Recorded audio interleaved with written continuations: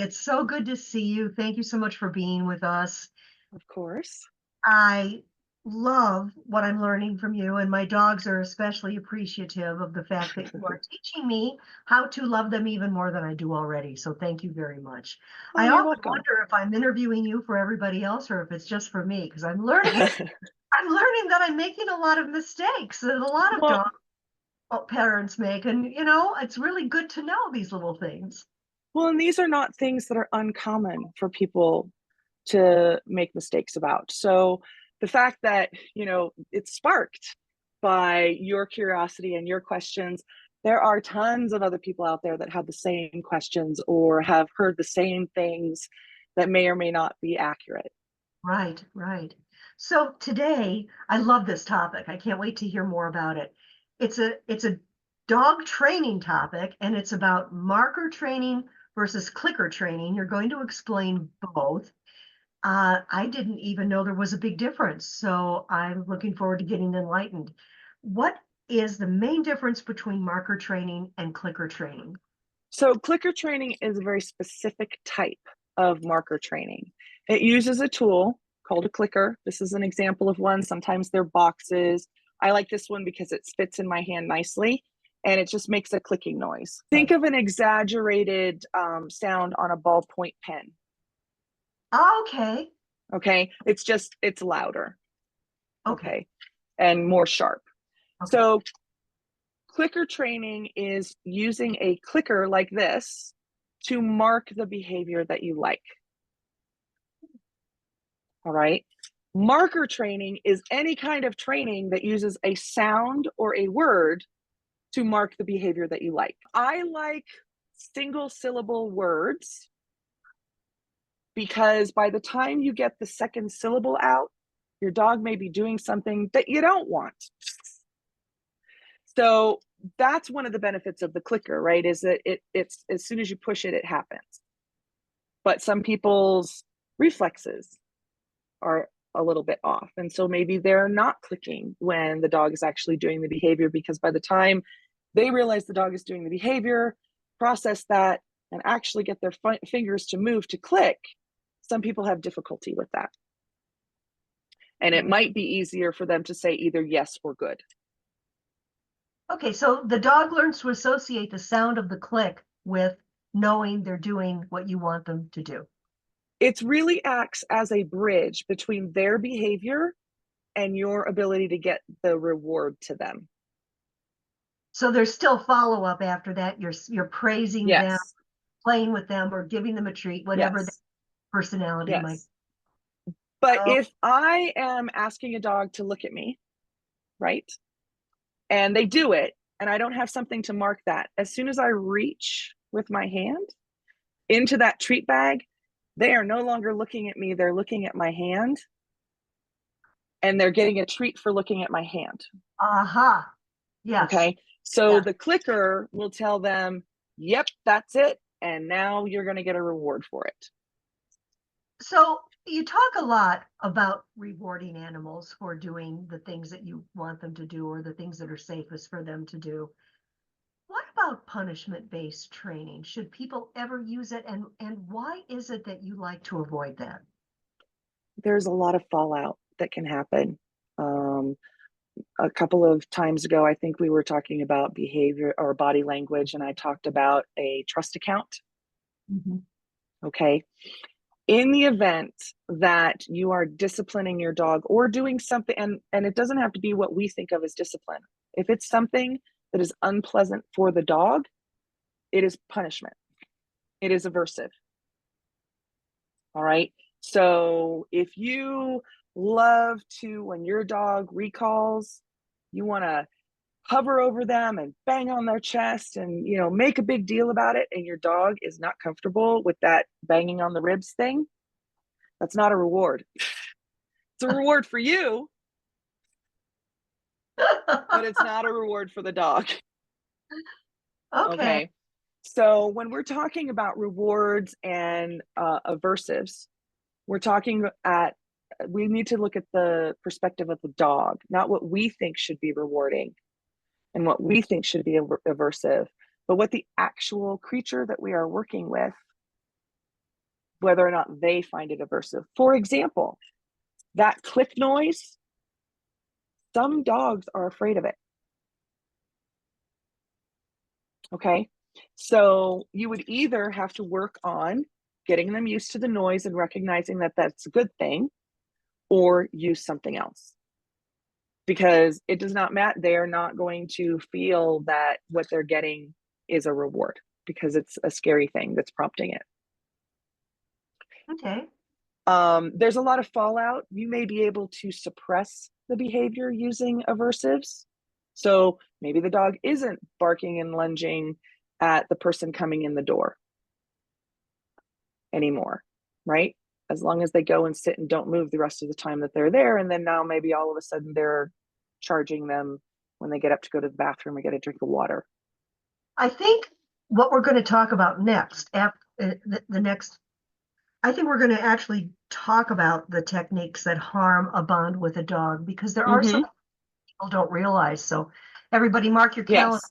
We're going to be talking about next time.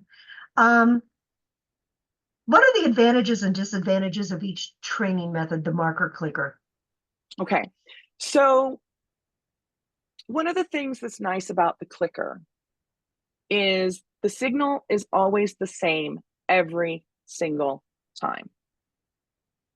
Even me as a dog trainer, and I frequently use yes as the marker when I'm not using a clicker. Sometimes it's yes, and I give the treat. Sometimes it's yes. So the inconsistency of that marker, your tone, your pitch, your volume, that will differ, whereas it's 100% consistent when you're using a clicker. Of course. The noise is always the same. So that consistency piece is really important. So that will actually speed up the training when you have something that's consistent. So even if you use your voice, if you're consistent, then you'll have about the same rate. Okay. If you're always using the same tone, the same pitch, and the same volume. Here's the thing. I can hand you my clicker, or you can use another clicker, and you will be able to communicate with my dog with no confusion. Whereas if you're using your voice sounds different. You may use different tone. You may use a different pitch. You may say it in a different way. And so that is going to slow things down, because then the dog has to learn, oh, that's your marker. That's your way of telling me that it's okay, that I'm doing the right thing. So that consistency can be more easily transferable. So Okay? am I guessing correctly if I say that dogs typically respond better to clicker training than marker training, typically? I think it can be faster, and it can lead to less confusion. I suppose I should ask you, and I don't want it to take a lot of time, but what do you do if you have a deaf dog? So then you still use a marker. One that I frequently use is this. Yep. Makes sense. Sign language. Yep. That's it. And then they get the reward. Are there any specific scenarios or behaviors where one method is more effective than the other? Well, I think certainly from the human perspective, okay, well, obviously a clicker is not going to help a deaf dog. So there's that. The other things are looking at the human side of things. How coordinated are they? How are their hands? Can they easily do this motion? Are there, processing challenges where it takes them a little bit longer once they think about doing something to be able to get it actually accomplished? And is mobility easier for them, or is verbal communication easier for them? Good point. So one of the things that is really important, even though the clicker may be more effective than a verbal marker or a hand signal, it may not be realistic for that dog and that human, because the most important thing is the timing, that you are catching the behavior and then rewarding it. And that timing is very important. You want to mark it. I tell some of my clients, you need to take a breath before you even move for the treat. Okay, the treat should not be in your hand. You're going to mark it and then move to get the treat. And so clicker training can be faster, but it may not be the most practical thing for the partnership that you're working with. And then, of course, if the dog has any kind of noise sensitivities to that clicker, that's something you either have to work them through or use another method.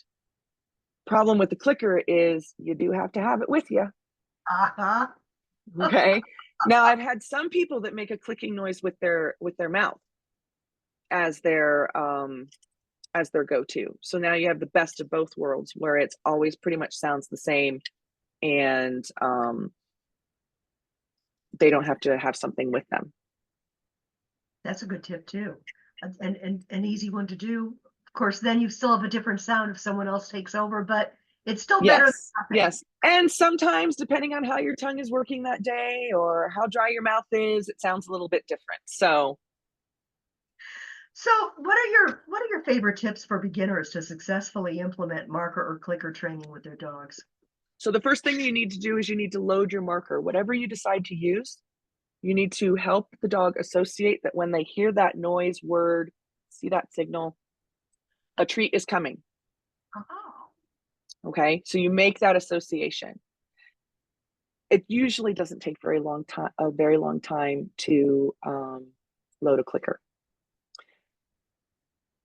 10, 15 repetitions, 2-3 times a day for a couple of days. And what you'll start to see is you'll start to see the dog hearing the clicker and then, okay, something's coming. Where is it? And then you're ready to use it as a marker for getting them to do skills. If your dog already knows some skills, then I would transfer to skills that they already know and then start using the marker in it. So you'll ask your dog to sit.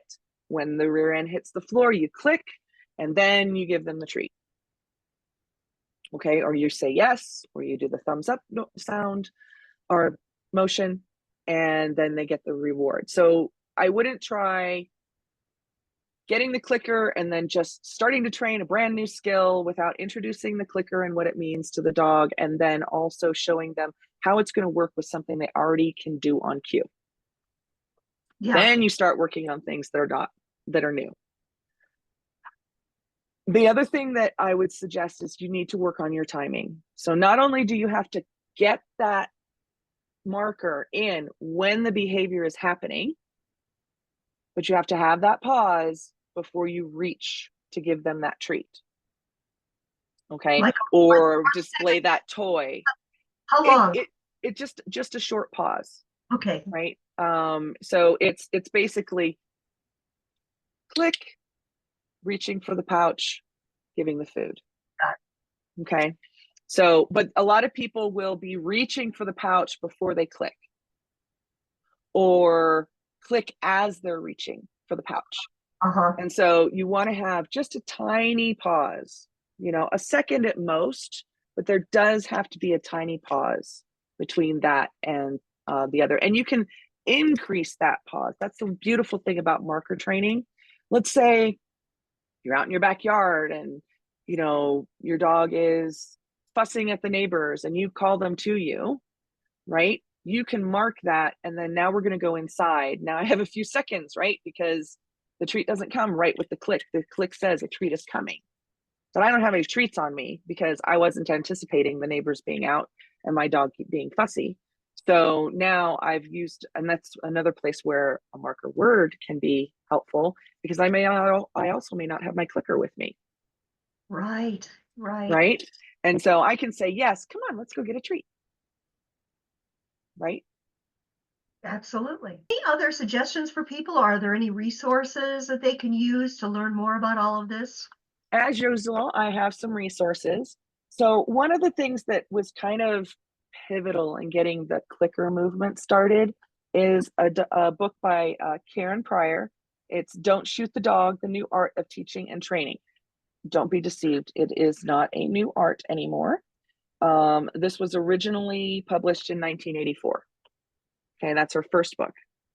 Okay, so this is an excellent one. The Power of Positive Dog Training by Pat Miller is also a really good one. Oh, I love the And photo on the cover. yes. And then Karen Pryor has a couple of follow-up books. One is just on clicker training for dogs in general, and the other one is Getting Started Clicker Training for Dogs. So those are really good for particularly the get started if you have no experience with clicker training, or you have been clicker training, but you're not seeming to get the results that you were expecting. It would be a great book to look at because it really goes through the fundamentals and the basics. Very good. I will link to those below. Also, all of Stephanie's contact information, as always, is going to be linked below. You are welcome to call her with questions. You're welcome to leave questions here in the thread, but give her a call. She is always available for care calls. She always has free care calls in the beginning to call and ask your questions. So, and she's a fun person to talk to, as you can tell. We will see you again soon, Stephanie, and I look forward to it very much. Oh, me too. Thank you, Lee.